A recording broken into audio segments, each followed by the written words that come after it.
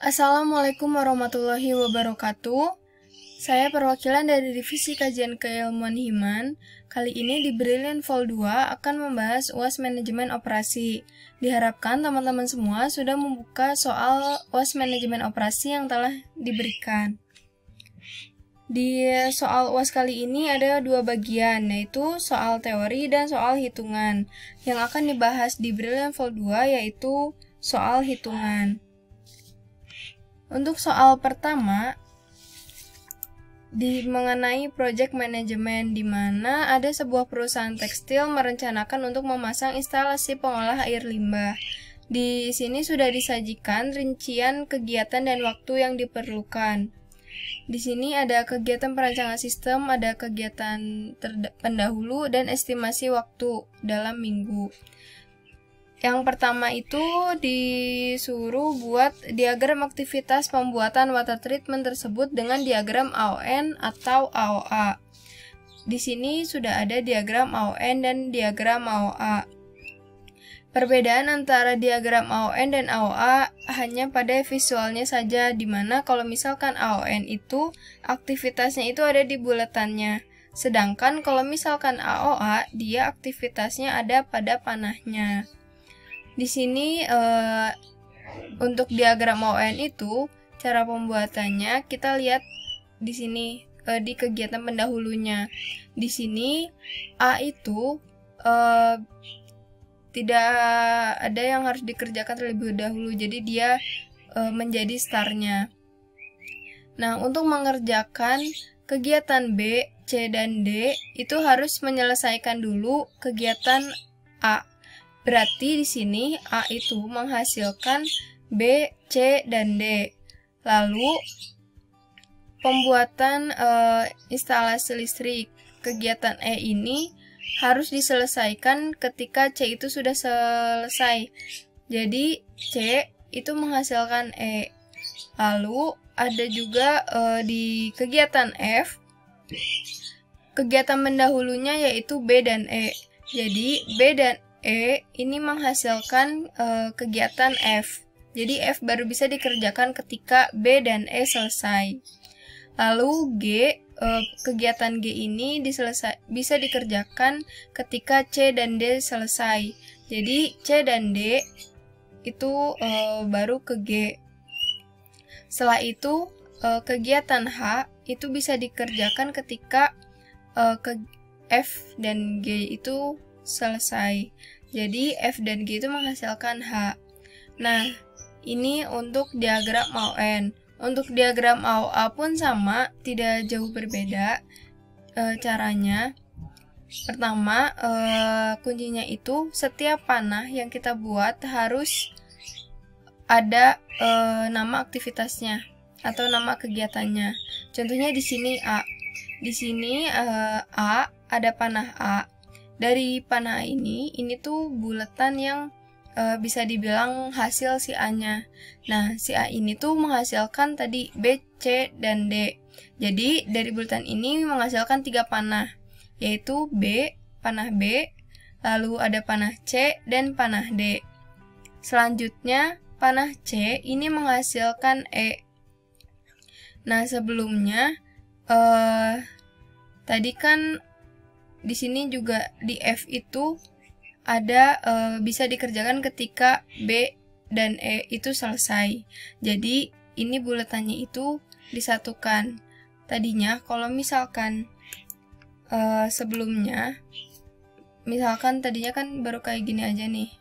Nah, ini tuh kan ada 2. Nah, dari buletan ini tuh kan harus muncul panah lagi.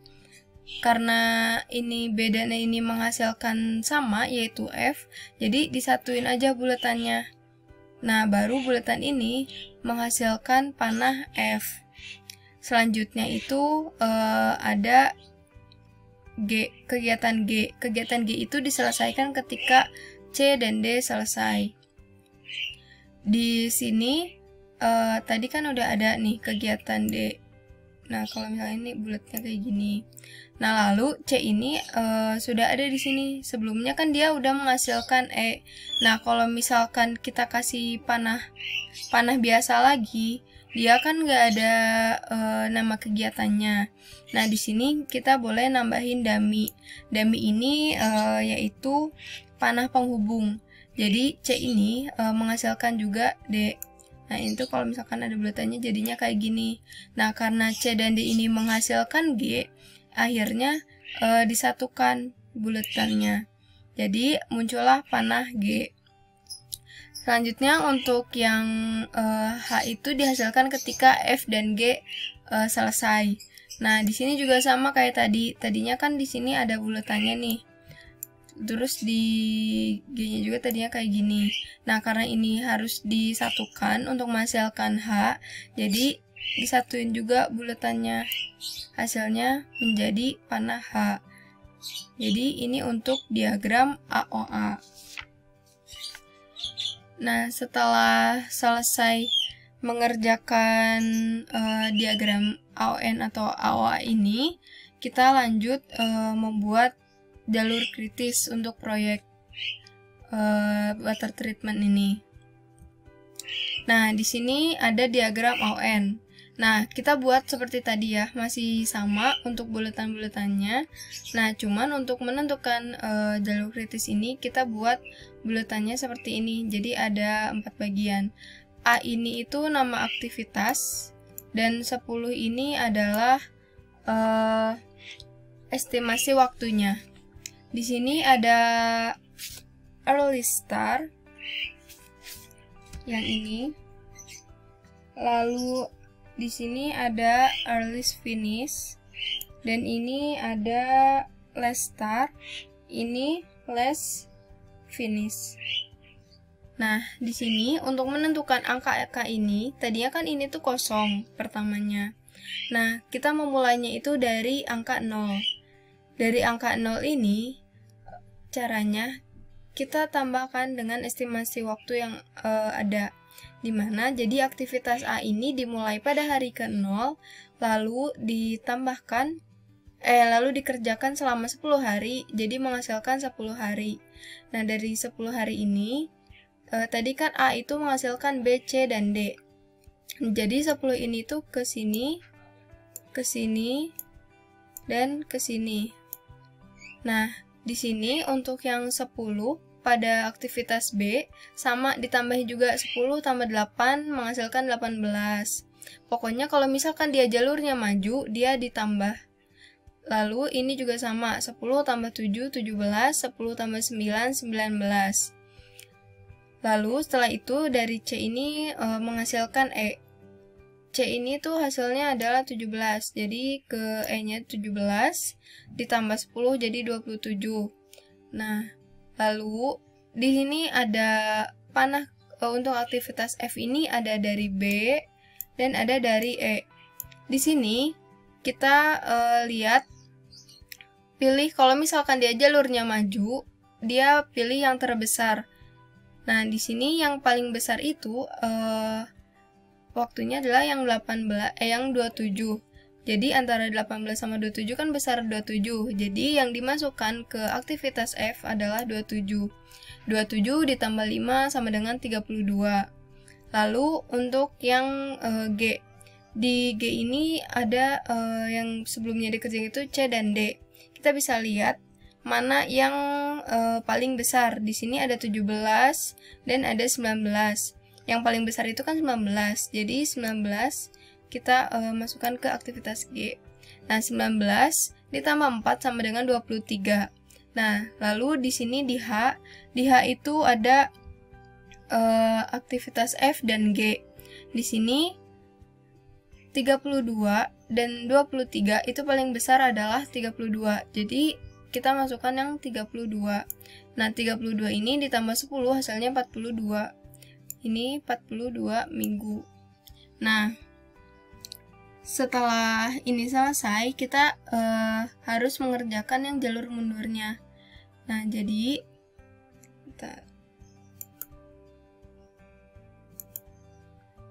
setelah itu bisa dilihat ini kita masukkan lagi untuk jalur mundurnya itu 42-nya ke sini. 42. Nah, tadi kalau jalur maju itu ditambah, kalau misalkan jalur mundur dia dikurang. 42 dikurangi 10 sama dengan 32. Nah, 32 ini ke F dan juga ke G. Caranya masih sama, ini 32 dikurangi 5, 27, lalu 32 kurangi 4, 28. Perhatiin kalau misalkan dia ada dua panah ya. Kalau misalkan ini juga dia berarti 27 dia ke sini, ke E, dan ke B. Nah, di sini 27 dikurangi 10 berarti 17, lalu 27 kurangi 8, 19. Nah, setelah itu di yang G juga sama tadi. Dia 28 berarti dia ke sini, ke D, karena D ini panahnya hanya dari yang G. Jadi 28 ke sini. Untuk yang C, dia kan ada dua nih, ada yang dari E sama G.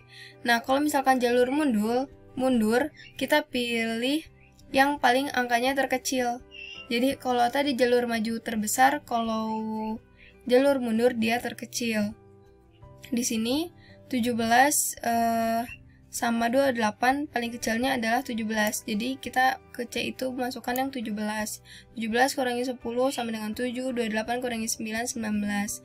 Nah, untuk A ini, pilih juga angka yang terkecil dari 19, ada 10, ada 19. Nah, yang paling kecil itu kan 10. Jadi yang dimasukkan ke aktivitas A itu adalah 10. 10 kurangi 10 sama dengan 0. Nah, di sini untuk besarnya ini tuh harus 0. Kalau misalkan dia ternyata 1 atau 2, itu pasti ada kesalahan dalam perhitungan.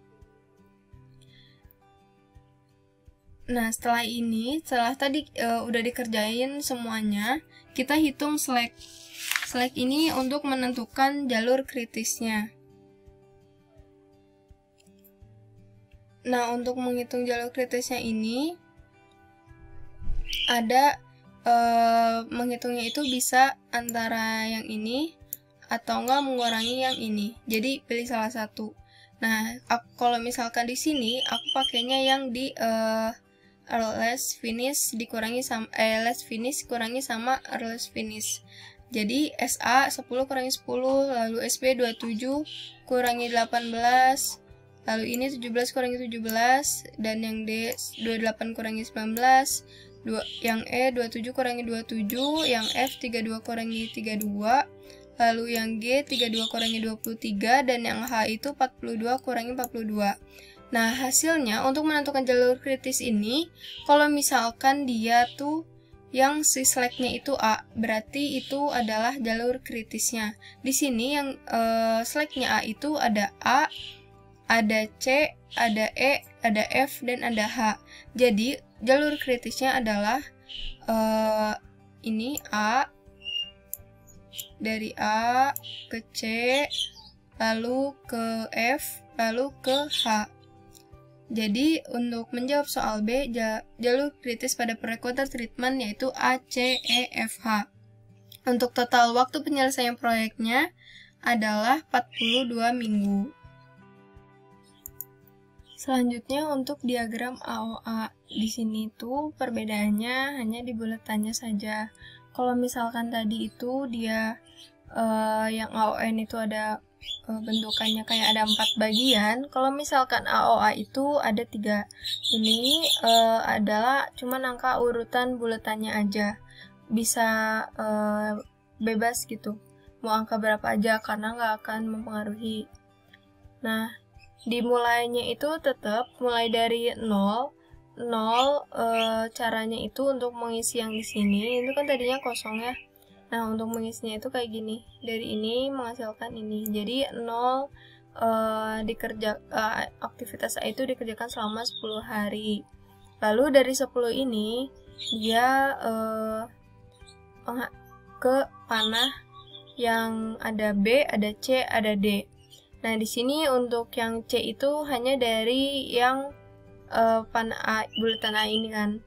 Jadi dia 10 ditambah 7 sama dengan 17. Lalu untuk yang D juga untuk yang D ini ada dari yang C itu ada 17, karena ini ada penghubungnya, jadi yang D ini tuh bisa dari sini, bisa dari sini. Nah ini 17, kalau misalkan ditambah 0 hasilnya 17, kalau misalkan 10 ditambah 9 hasilnya 19. Jadi kita pilih yang terbesar, jadi dia arahnya dari sini ke sini. Nah lalu untuk yang bulatan ini, bulatan yang keempat, ini tuh ada dua panah juga, ada yang B, ada panah E. Di sini kita bisa lihat ya, kalau misalkan yang B itu kan sebelumnya dari sini, dari yang bulatan kedua. 10 ditambah 8 hasilnya 18, 17 ditambah 10 hasilnya 27. Kita pilih yang terbesar, berarti untuk mengisi bulatan yang keempat ini adalah yang dari ini ke sini. 17 ditambah 10 sama dengan 27. Lalu untuk yang bulatan ke-6 juga ada dua, ini ada yang panah F dan ada panah G. Di sini kalau misalkan dari panah F dia 27 ditambah 5 sama dengan 32. Untuk yang panah G 19 ditambah 4 hasilnya 23. Kita yang terbesar itu kan berarti yang dari yang F, dari yang bulatan 4. Jadi kita isinya 27 tambah 5 yaitu 32. Untuk yang H 32 ditambah 10 hasilnya 42. Untuk yang mundur dia juga dari sini 42 ini dikebawahin, lalu dikurangi lagi 42 dikurangi 10 hasilnya 32. Lalu 32 ini kurangin 5, 32 kurangin 5, 27, 32 kurangin 4, 28. Lalu di sini dari 27 untuk yang mengisi 3 ini tuh kan hanya bisa dari yang E. Jadi 27 kurangin 10, 17. Lalu yang ini untuk yang ini kan tadi 8, kalau misalnya dikurangin 0 hasilnya kegedean. Jadi kita pilih yang kecil. Lalu setelah itu di sini untuk mengisi bulatan kedua, ini kan ada 3 panah nih, ada dari B, ada C, ada D. Di sini kalau misalkan 27 kurangin 8 hasilnya 19. Terus kalau misalkan 17 kurangin 7 dia 10, 28 kurangin 9 hasilnya 19. Nah, kalau misalkan kita pilih yang paling kecil itu kan berarti dari yang bulatan ketiga. Jadi 17 kurangin 7 ini diisi 10. Lalu 10 kurangin 10 sama dengan 0. Ini untuk diagram AOA. Selanjutnya, untuk mengerjakan jalur kritisnya. Sama kayak tadi, kita hitung dulu slack-nya. Nah, cara menghitung slack-nya itu adalah yang ini, 10 dikurangi 10 ini, kurangi dengan yang ini. Jadi, 10 kurangi 10 kurangi 0. Lalu yang B berarti salah. Maaf, harusnya ya seperti ini. 10 yang di bawah sini dikurangi dengan 10 ini, lalu dikurangi dengan 0. Jadi dari bawah ke tengah lalu ke atas. Nah, yang ini juga sama, yang B dia berarti 27 kurangi 8 kurangi 10. Yang C 17 kurangin 7 kurangi 10. Lalu yang D juga 28 dikurangi 9 dikurangi 10. Maaf, harusnya kurangi 10 yang atas ini, jadi kurangi 10 ini. Hasilnya 9. Lalu ini yang E berarti 27 kurangi 10 kurangi 17.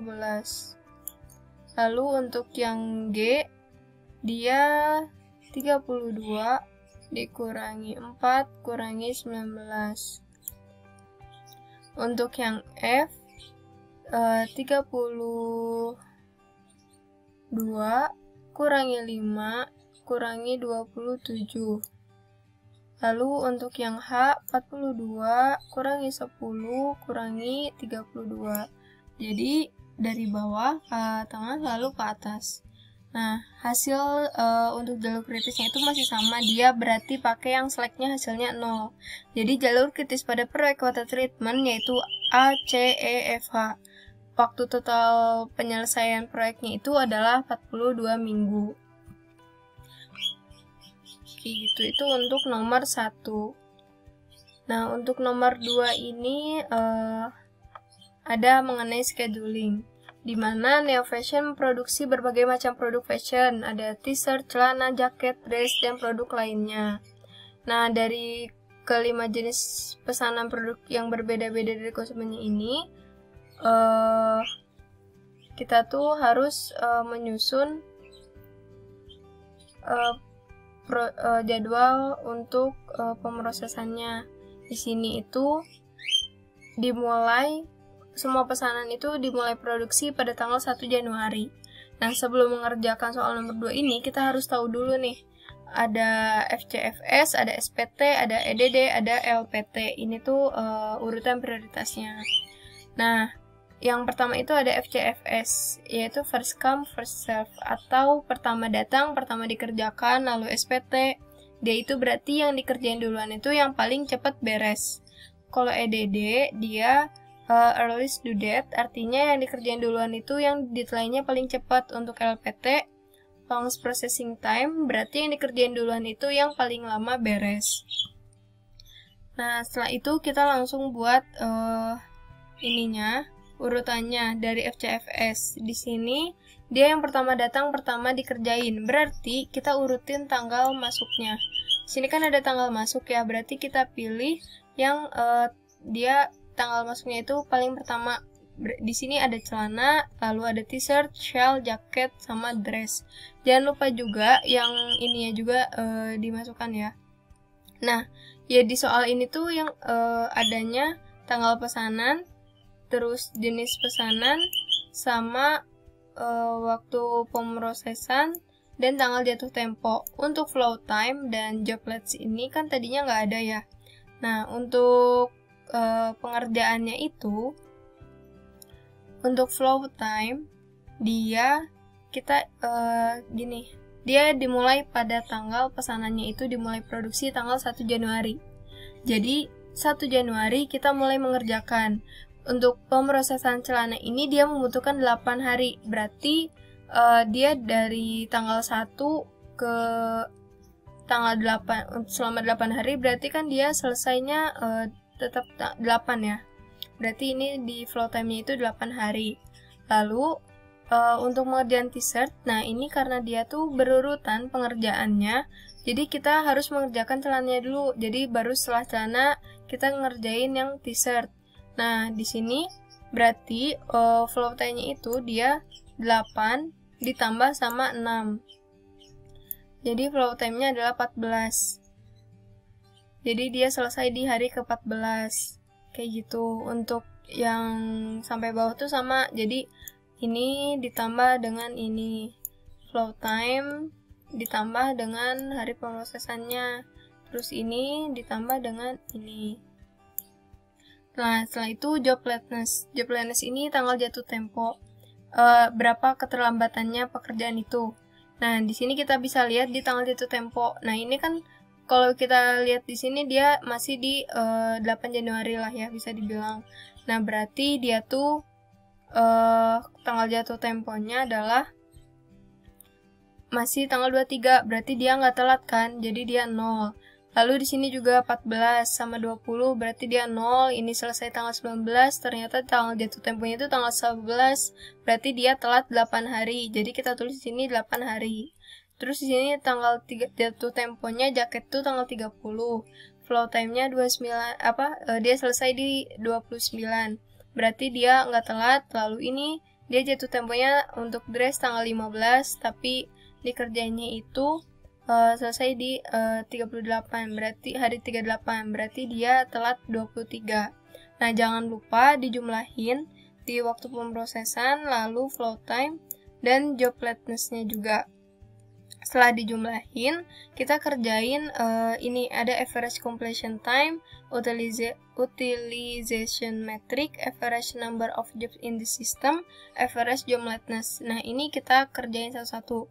Untuk average completion time ini ada total dari flow time. Untuk total flow time dibagi dengan number of jobs. Nah, di sini flow time-nya itu ada 108, lalu dibagi dengan banyaknya pekerjanya itu kan ada 5. Jadi 108 bagi 5, 21,6 hari. Untuk utilization metricnya total job work time, yaitu ini waktu pemrosesan dibagi dengan total flow time, 38 dibagi 108 sama dengan 35,19%. Jangan lupa ya, untuk utilization metric itu satuannya adalah persen.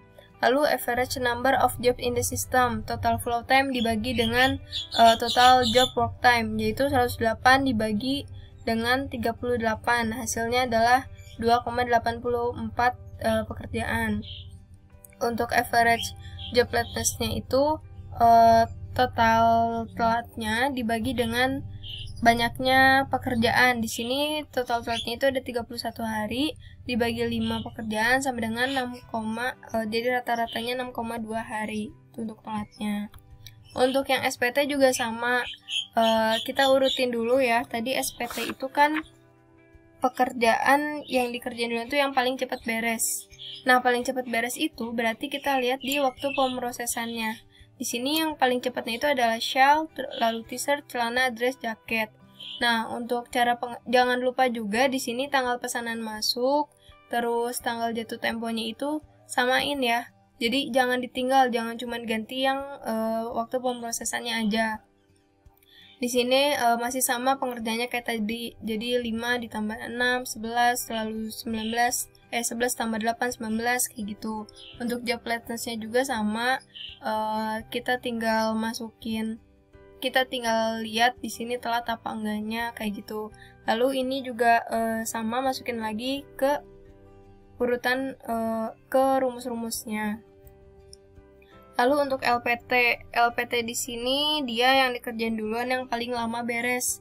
Berarti kebalikan dari SPT tadi. Nah, ini tinggal dibalik aja. Kayak gitu. Ini kan berarti jaket dulu, terus dress, celana, t-shirt, baru shell. Nah, di sini masih sama pengerjaannya, flow time-nya, sama job lateness-nya, lalu masukkan ke rumusnya. Lalu EDD itu yang dikerjain duluan, yang di-deadline-nya paling cepat. Berarti kita lihat di tanggal jatuh tempo. Tanggal jatuh tempo di sini yang paling cepatnya itu ada shell, baru dress, t-shirt, celana, sama jaket. Nah, di sini jangan lupa juga ya, tadi ininya diikutin semua data-datanya tuh samain. Terus kerjain juga flow time sama job lateness-nya, baru ke rumusnya. Setelah itu kita buat summary of rules. Di sini rule-nya ada FCF, SPT, LPT, EDD, average completion time days. Di sini masukin semuanya yang tadi udah dihitung, lalu kita pilih nih. Ternyata setelah dibandingkan ada 2 rule yang unggul, yaitu SPT dan EDD. Jika Neofashion ingin mengurangi keterlambatan, maka sebaiknya menggunakan EDD karena EDD unggul dalam hal itu. Namun jika tidak fokus dalam hal itu, lebih baik menggunakan rule SPT sebab terdapat 3 aspek yang lebih unggul dari EDD. Time-nya kita pilih yang paling kecil, lalu utilization metric kita pilih yang paling besar persenannya karena pasti kan pengen kebermanfaatnya itu yang besar gitu. Average number of jobs in the system kita pilih yang terkecil, dan tentu saja untuk average lateness-nya juga kita pilih yang paling kecil karena setiap perusahaan kan mungkin pengennya tuh yang telatnya itu kan dikit ya, kayak gitu. Jadi di sini ada SPT dan ada EDD. Ada 2 rules yang bisa dipertimbangkan untuk perusahaan. Tergantung perusahaan itu maunya kayak gimana gitu, aturannya tuh mau yang kayak gimana. Kalau misalkan dia pengennya yang terlambatnya, dia fokusnya pada pengen gak terlambat, kita bisa pilih EDD. Tapi kalau misalkan selain itu kita bisa pilih SPT karena SPT ini lebih unggul di 3 aspek. Untuk soal nomor 3, di sini ada reskom produksi 6 pesanan seragam. Setiap seragam ini akan masuk ke cutting departemen dan sewing departemen. Waktu pengerjaan untuk kedua departemen tersebut ini bisa dilihat di sini ya. Nah, kita disuruh buat urutan pembuatan ke-6 produk dengan menggunakan aturan Johnson atau Johnson Rules. Nah, ini pertama itu kita bisa lihat ini ada kanan sama ada kiri dan kanan. Nah, kita kayak gini ya. Nah, kiri dan kanan itu maksudnya adalah untuk menentukan pas kita menulis di sini. Ini kiri, kita mulai dari kiri dan ini kanannya. Kiri dan ini kanan.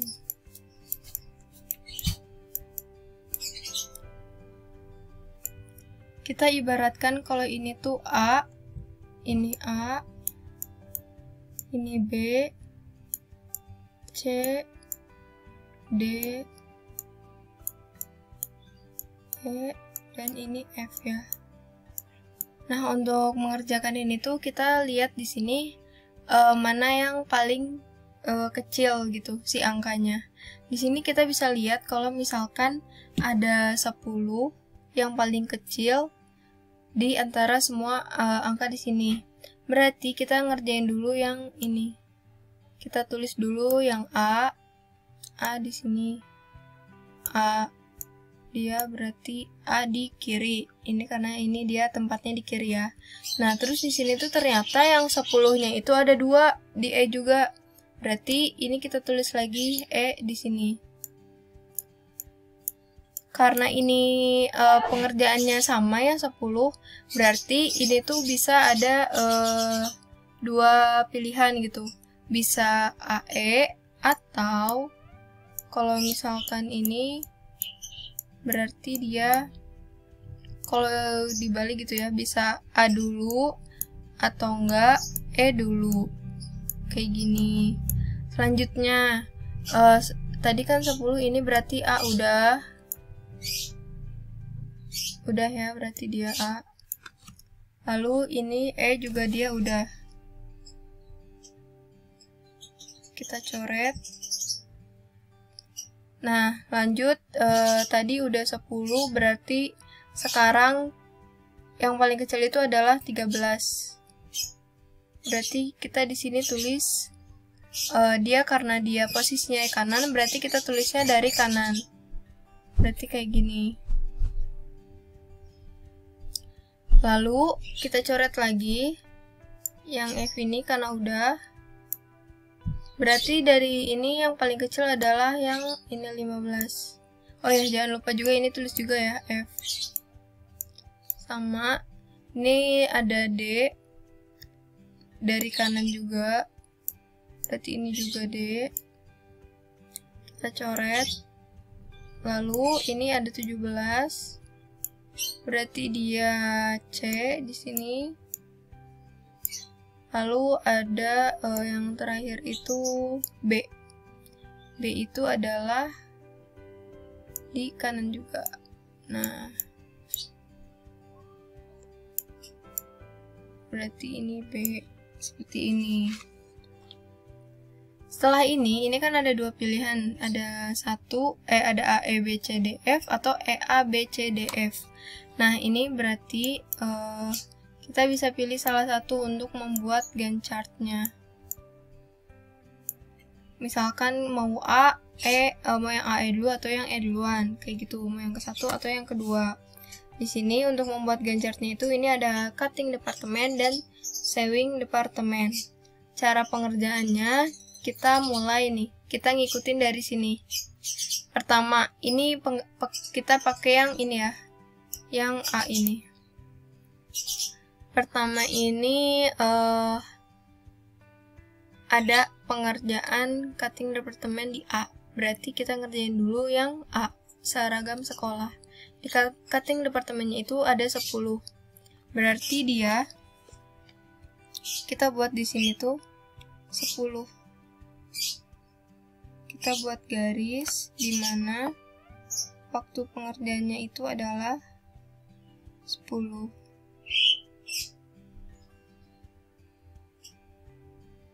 Ini berarti dia A. Lalu, setelah itu sewing departemen. Karena dia kan kerjanya harus berurutan ya. Jadi setelah cutting kita ngerjain yang sewing. Di sini yang sewing itu dia 20. Penempatannya itu kita nggak mulai dari awal sini. Kita mulainya di 10 ini. Karena kan pengerjaannya itu harus selesai dulu di cutting departemen, baru kita bisa ngerjain yang sewing departemen. Berarti dia di sini 10 tambah 20 berarti 30. Terus selama 10 hari ini sewing departemen nggak ngapain gitu ya. Nah dia tuh berarti nggak ngapa-ngapain, jadi ini kita coret aja. Itu berarti dia ini tuh waktu tunggunya gitu, nungguin. Setelah itu ini A ya tadi. Lalu seragam pramuka kita yang E itu adalah cutting departemennya 10 juga. Di sini berarti dia langsung aja gitu, karena cutting departemen ini nggak perlu nungguin si sewing, karena ya udah gitu, nggak usah nunggu juga buat apa. Lanjut, berarti dia di sini 20, 10 tambah 10 berarti dia 20. Maaf.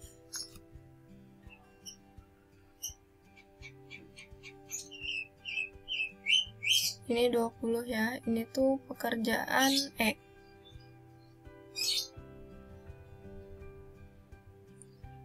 Habis itu, untuk ngerjain sewing departemen, dia ternyata 21. Nah, di sini kita ngerjainnya, tadi kan yang E itu selesai di 20.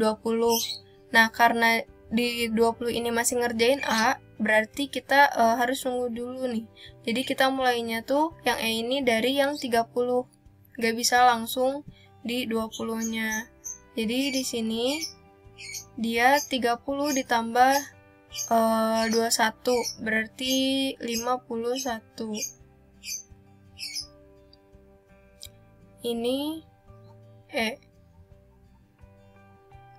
Selanjutnya yang cutting departemen kita B. B itu 23.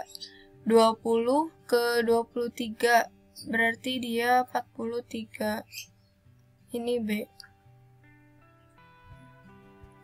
43. Untuk sewingnya berarti dia 19. Kita kerjain dari 51 ya. 51 ke 19 berarti 70. Ini tuh B. Lalu C. C itu berarti, oh ya ini jangan lupa di checklist ya, buat tandain aja. Berarti C itu dia di cuttingnya 21. 43 tambah 21 berarti 64. 64 di sini. Ini tuh C. Nah, sewing departemennya 17. Berarti dia 17 tambah 70, 87. Ini C. Lalu sekarang setelah C beres, langsung D. D itu cutting departemen 25, 64 tambah 25 itu 89. Nah, ini 89. Ini adalah pekerjaan D. Lalu dari D ini, D itu kan selesainya 89. Nah, di sewing ini baru tadi tuh C itu di 87. Artinya di sini ada waktu tunggu lagi. Ini 89 juga. Jadi ini tuh kosong. Ini adalah waktu tunggunya. Saving departemen untuk D itu 15, berarti 89 tambah 15 adalah 104. 104 untuk D. Lalu di F ini pengerjaannya 20. Di cutting, berarti 89 tambah 20, 109. 109. 109. Ini adalah F. Kita didik udah ya. Nah, di sini berarti dia ada waktu tunggu lagi selama 5 hari. Berarti ini 109. Habis itu F itu dikerjain di saving itu selama 13 hari. Berarti di sini F 13 hari. 13 hari itu adalah 109 tambah 13 berarti 122. Nah, ini berarti si F ini selesai di 122. Nah, di cutting departemen kan berarti harus nunggu ya. Jadi dia di sini ada waktu tunggunya.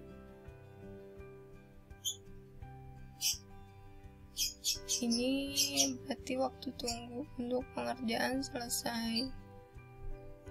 Nah, setelah ini kita hitung waktu tunggu di cutting departemen totalnya berapa, saving departemen itu berapa. Nah, waktu idle-nya itu idle time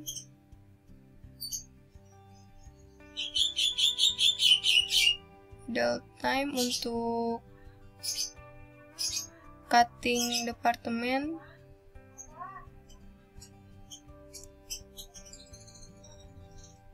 kita bisa hitungnya tuh dari ini. Berarti kalau misalkan cutting departemen itu waktu tunggunya cuman di akhir ini ya, berarti 122 kita kurangi 109, yaitu 13 hari. Jadi idle time untuk cutting adalah 13 hari. Untuk yang saving departemen, idle time-nya dia bisa lihat ini dari 0, ini tuh 0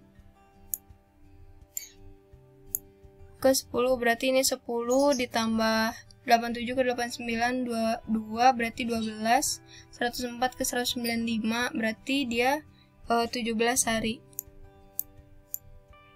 17 hari. Jadi idle time untuk saving departemen adalah 17 hari. Jadi kesimpulannya adalah dengan menggunakan alternatif 1, Resco akan selesai produksi selama 122 hari dengan total waktu idle 30 hari. Di mana waktu idle cutting departemen 13 hari dan saving departemen adalah 17 hari. Jadi ini untuk nomor 3. Untuk nomor 3 ini juga bisa juga alternatifnya itu nggak cuma 2, bisa juga lebih. Jadi harus teliti aja ya. Itu untuk nomor 3. Oke, selanjutnya di sini ada nomor 4, yaitu Samarscan Co. memproduksi bahan-bahan spesial untuk campuran parfum. Manajer perusahaan ingin membuat perencanaan agregat dengan menggunakan cash strategi untuk perencanaan produksi 6 periode ke depan. Ini adalah data-data yang dimiliki perusahaan. Jadi di sini ada 6 periode. Ini udah tertera, ada cost data, ada capacity data, lalu ada forecast demand. Oh ya, di sini X ini tuh kan diganti dengan NPM terakhir kita ya. Jadi ini aku ganti dengan 0. Lalu kita langsung masuk aja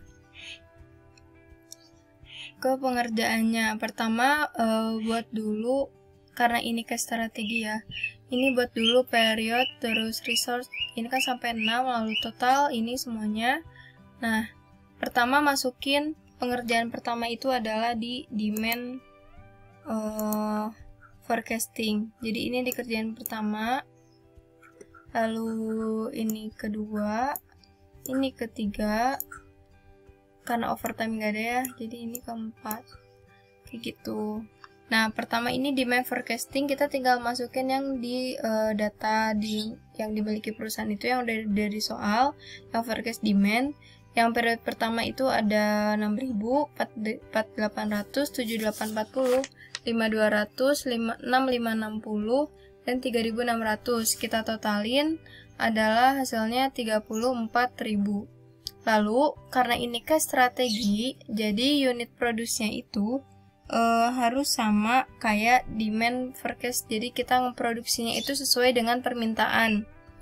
Nah, gini tinggal salin ulang, lalu totalnya tetap totalin. Selanjutnya kita kerjain regular workers. Di sini cara pengerjaannya itu kita cari tahu dulu gitu.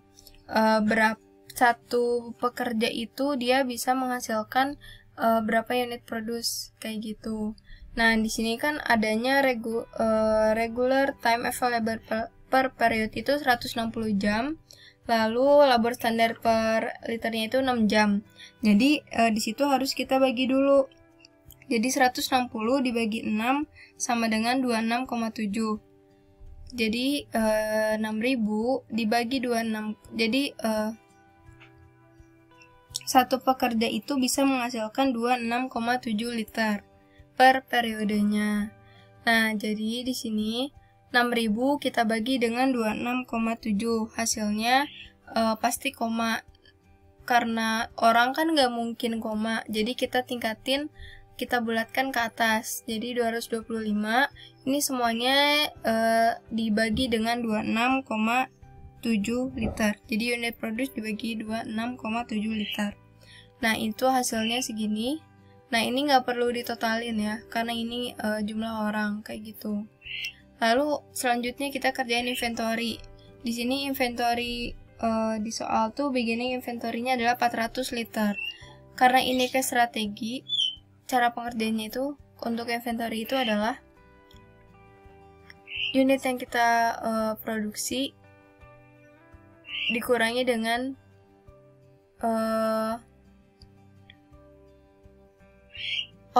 inventory ini kita tambah dengan unit yang kita produksi dikurangi dengan demand forecasting. Berarti kan 400 tambah 6.000 hasilnya 6.400 dikurangi dengan 6.000 hasilnya menjadi 400.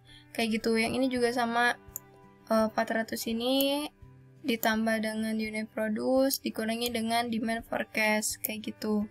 Semuanya sama. Nah, karena ini kan unit produce dan demand forecastnya sama, jadi otomatis inventory-nya juga bakal sama ya sampai akhir.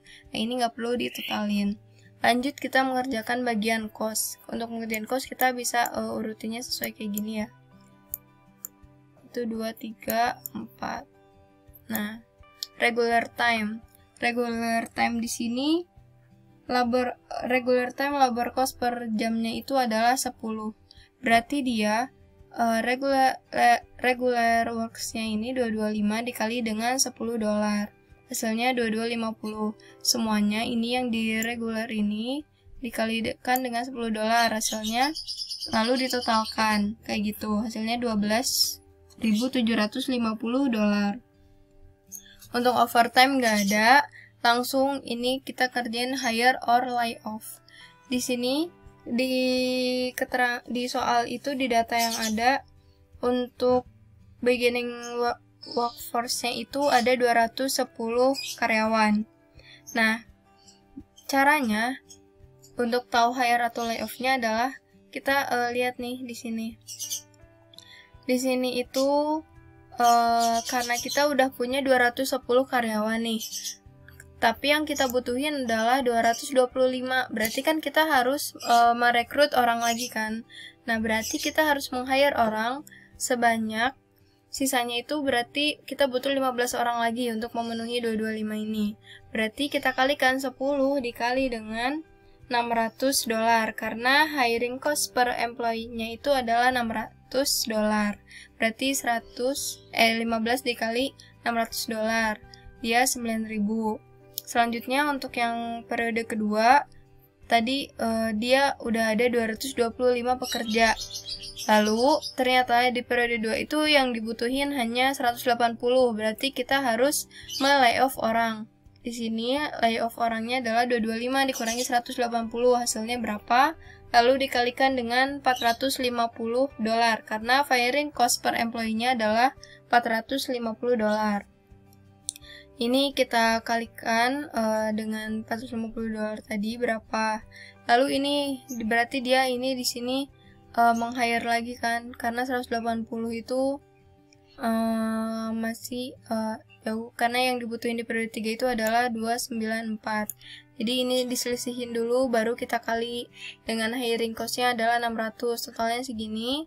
Lalu kita layoff lagi, lalu di periode 5 kita hiring lagi, dan di periode terakhir di layoff lagi, kayak gitu. Jadi untuk mengkalikan biayanya itu sesuaikan dengan apakah dia layoff atau hire, kayak gitu.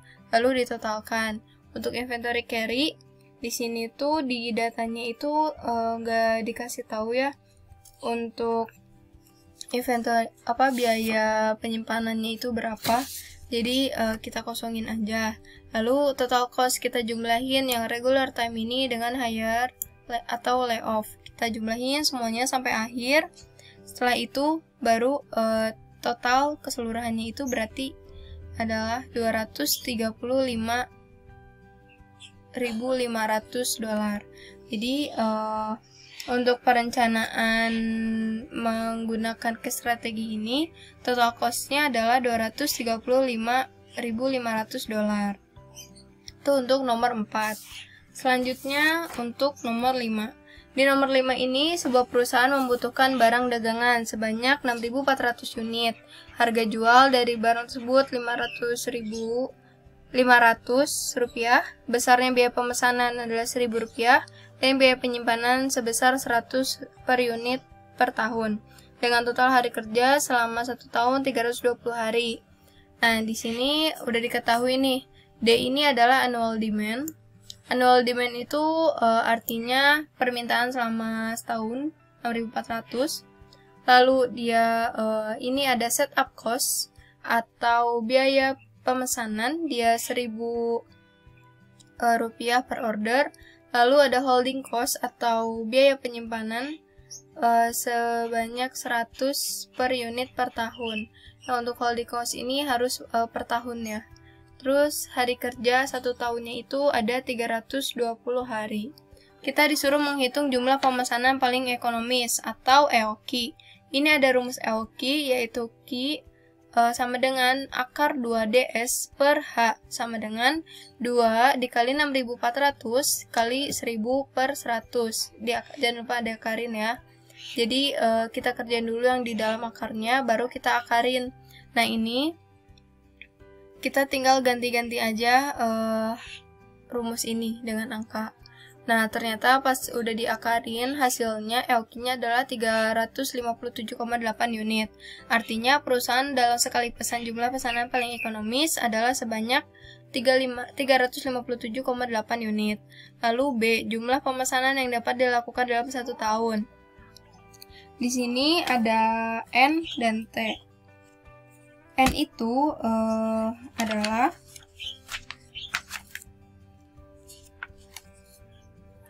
expected number of order. Jadi ini untuk mengetahui berapa banyak kali order selama setahun ini. Di sini rumusnya D dibagi dengan Q sama dengan 6.400 dibagi 357,8 hasilnya 17,9 order per tahun. Untuk T ini untuk mengetahui berapa kali gitu jarak antara setiap ordernya. Caranya number of working days per year dibagi dengan N. Artinya hari kerja selama setahun itu berapa? Yaitu 320 dibagi dengan 17,9 tadi yang order per tahun sama dengan 17,9 hari antar order.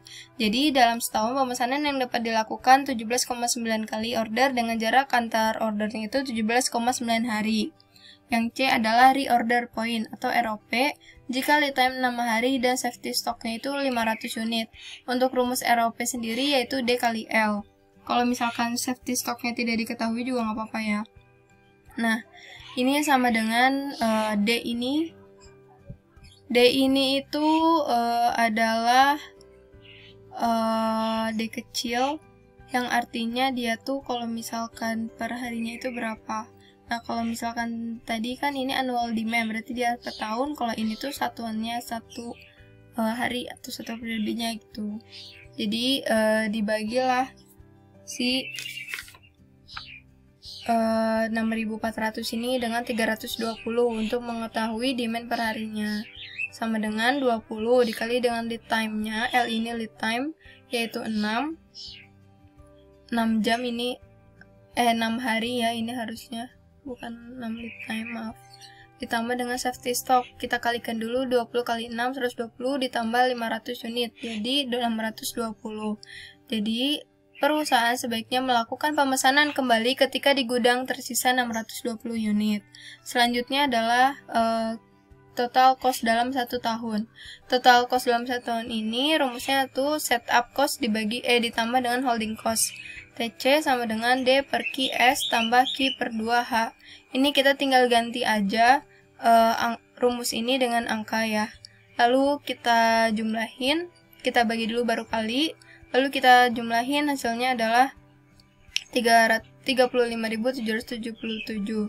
Jadi total cost dalam 1 tahun adalah sebesar 35.777 rupiah. Nah, itu untuk menjawab nomor 5. Di sini udah dibahas semua dari nomor 1 sampai nomor 5. Jadi maaf kalau misalkan ada kesalahan, bisa koreksi. Sekian yang bisa saya sampaikan. Terima kasih sebelumnya udah menyimak video ini sampai akhir. Wassalamualaikum warahmatullahi wabarakatuh.